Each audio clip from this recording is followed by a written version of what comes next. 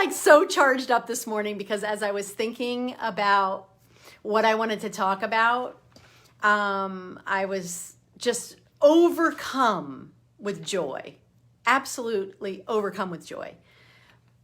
And so what I'm really sharing, the tip today, is that gratitude is a verb. You guys, gratitude is a verb. Are you hearing me? So first and foremost, I want to thank you because this birthday week has been so energized. I don't know if it's been energized for you. I hope that I was able to give you some tips and perspectives that sort of helped you to see some things differently. And that's my whole thing, my purpose for being, my purpose to be here on the planet is to pattern interrupt and help you think things a little bit differently. And so we did this is my 7th video. We have over 5,000 views, 5,000 views. We had over 100 shares. Good morning, Blaze. Good morning, Meg.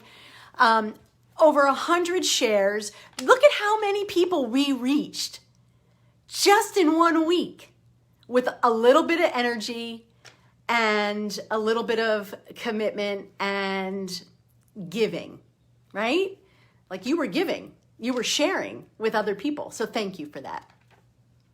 I'm going to give the list of names, the drawing. I'm going to tell everybody who the winners are here at the end. But first, I am having a wonderful birthday week. Thank you, Maureen.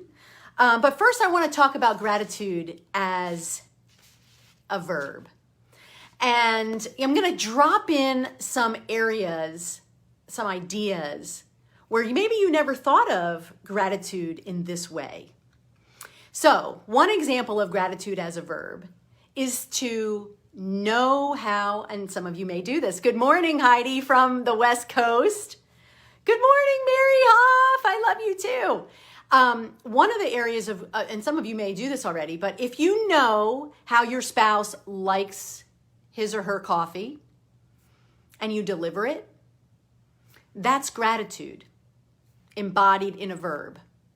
That's not just kindness. That's gratitude for your memory and your ability to perceive others and to have empathy and compassion.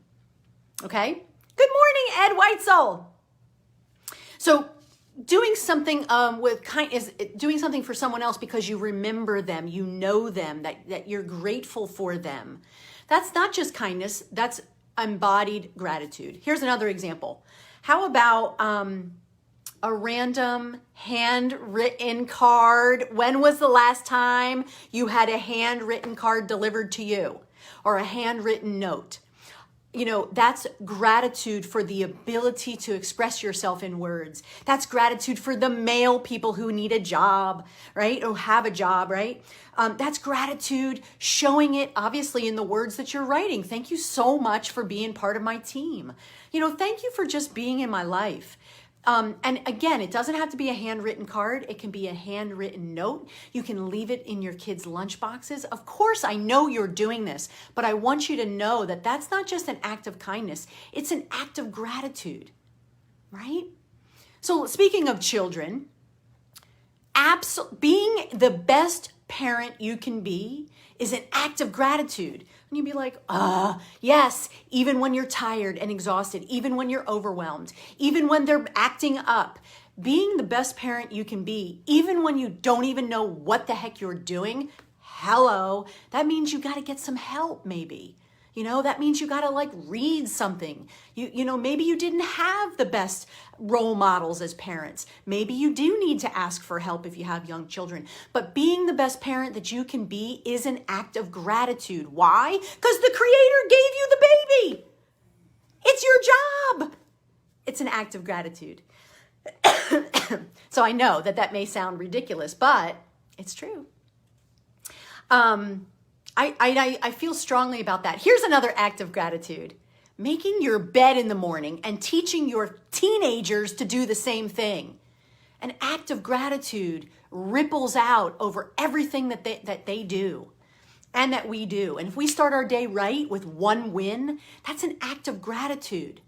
Do you walk around your home and look at things and be like filled with absolute joy that you created that you were able to afford those things? I know I do, because it wasn't just hand delivered to me. So an act of gratitude could be as simple as making your bed in the morning, walking around your home and finding the joy and really just settling in the moment, feeling it regularly, how grateful you are for what's going on.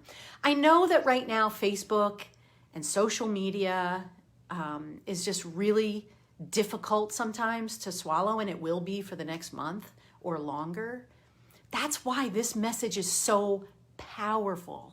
Find the gratitude, find the joy, make gratitude a verb in your everyday life. I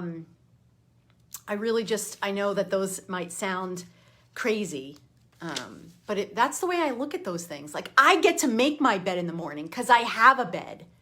You know, I love my sheets. I love my comforter. I'm grateful for all that. If it's all in a crumpled mess, how does that show gratitude for the fact that I love it?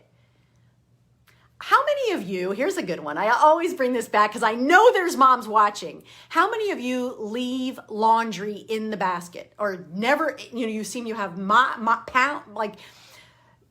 and mounds of laundry and miles of laundry, right?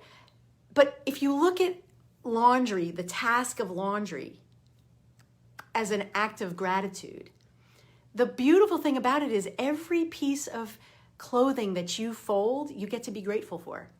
And then some of you have heard me say this, your children, as you notice, like the babies had the little onesies and you were folding those. And now your 16-year-old son has boxer briefs. So you're grateful in those moments. Like, whoa, he's healthy. Whoa, she's got style, my daughter. My oldest son, I love him to bits and pieces. He wears the same things over and over again because his ADD and his sensory, deficits make him want to wear the same things over and over again. But I get to be grateful for his laundry. I feel like it helps us to focus, and it helps us to have a moment of meditation. And gosh, don't we need that right now? Don't we need that right now? Yes, we do. So anyway, those are some tips about making gratitude a verb.